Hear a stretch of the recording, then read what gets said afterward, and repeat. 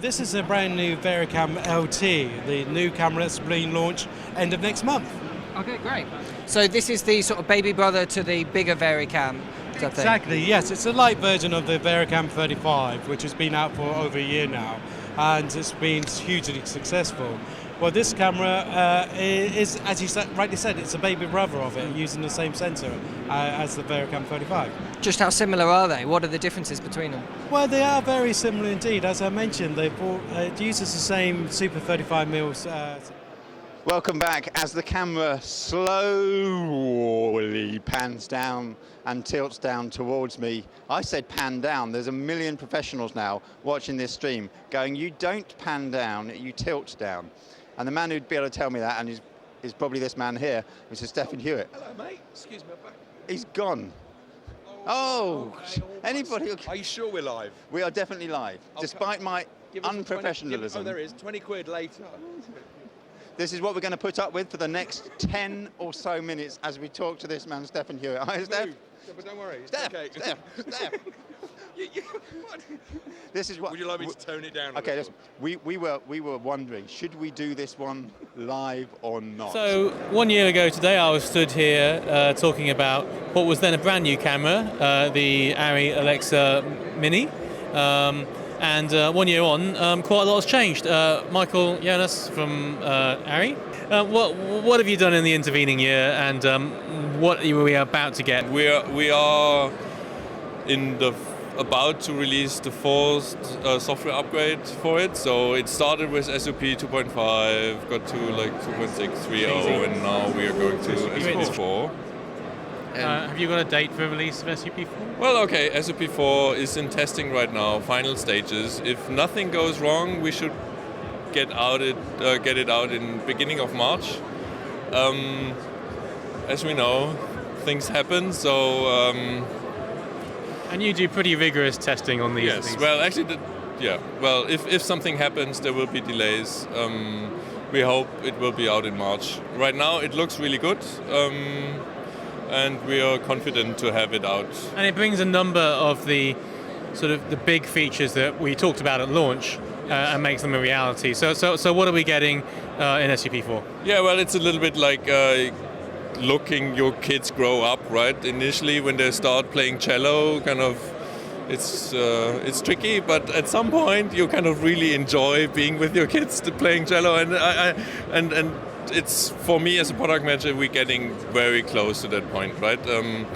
We will release the Super 16 mode. This is why we have a Super 16 lens on this camera. Which is very, very exciting for people like me. But we'll go there. We'll talk about that in a minute. Yeah, okay. It's but most Alexa Mini owners are very much looking forward to the anamorphic mode, like 4x3 sensor mode, RV RAW recording in camera, lens data archive, so ability to create mappings for lenses that do not support lens data or lens metadata through LDS. We can talk about that, but especially the anamorphic. We'll go back to that in a minute.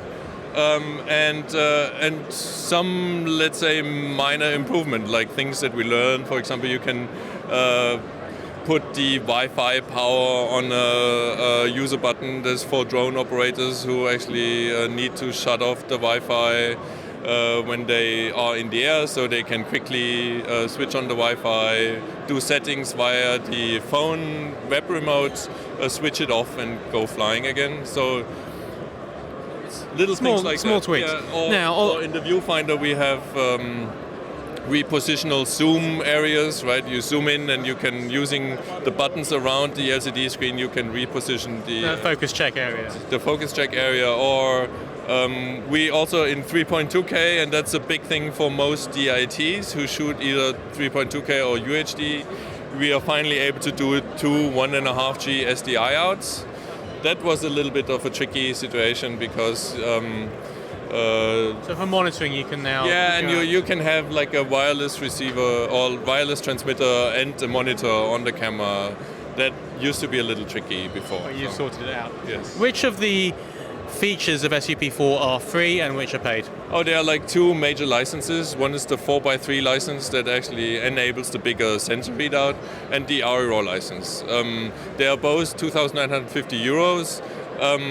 available in our licensed web store or kind of as a package with the camera once we release SOP4. ARRI on its own gives you 2.8K ARRI recording to all CFast 2 cards we support. There's SanDisk cards and Lexar cards we support in Amira and the Mini so far. And you can record up to 48 frames. The 4x3 license gives you a 2.8K 4x3 mode and 2K DCI anamorphic mode, which de-squeezes the picture in camera, so you're effectively getting a 2048 by 858 image that's square pixels, so already de-squeezed, and because kind of the de-squeeze is a smaller amount of data, we can go higher frame rate, so effectively you can do 150 frames per second recording in that 2K anamorphic mode. And you have some aspect ratios for TV as well. You have some anamorphic options for TV as well. What is that? We got approached by TV makers as well because they want to shoot anamorphic for the look, not so much for the aspect ratio. So we have a HD center crop pretty much. Which is original on the sensor. It's 1920 by 2180 that gets vertically de-squeezed into a full HD 1920 by 1080 image. So you have an anamorphic image with kind of the nice anamorphic bouquet on a HD screen. So that's pretty interesting. Now, the thing that obviously I am very excited about, Super 16, especially as a Super 16 lens owner, but also for somebody who runs around a lot and does a lot of documentary, it's a dream for me. How have you actually done it? How is it working technically? Well, it's a sensor crop area, right? The smaller image circle, which is not exactly the area that you need for HD. It's the same scaler as for the 3.2K to UHD upscale. So it's not a native pixel crop. It's not a native pixel crop. We do a slight upscale, but even for our UHD, that didn't hurt. So we said we would want to have a look at it. It's so what resolutions can you actually shoot with a crop? It's HD, so HD only. No 2K? No 2K, no. We only do the HD upscale because we have proven that like scaler is kind of a solid one. It's a little more grainy than the usual kind of picture, but I think it has a nice touch to it. It's really very much like a shooting Super 16 film. So it's amazing. You don't make a Super 16 digital camera, so this is the closest thing that. Yes, well, this is and if you need like more wide depth of focus and want to use the old lenses, right? It's really nice. So you throw open your shoulder and see how it hangs together. Well, it's just a little package and it works pretty well. Kind of battery is flat, but. You've got a Canon Super 16 lens on there, but any Super 16 PL lens should go on there. Yes, well, there are some limitations in terms of lenses that actually enter the PL mount very deeply because we have the ND slider in there. So Do you know which lenses are the popular ones?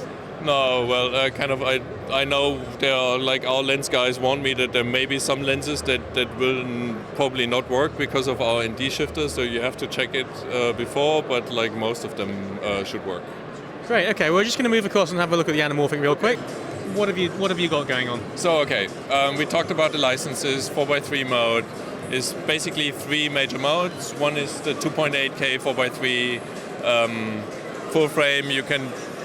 It will output like either anamorphic pixels, like two times squeezed, or square pixels. If you use it with a spherical lens, you can use the mode in order to have some surround on your picture for markers or kind of repositioning.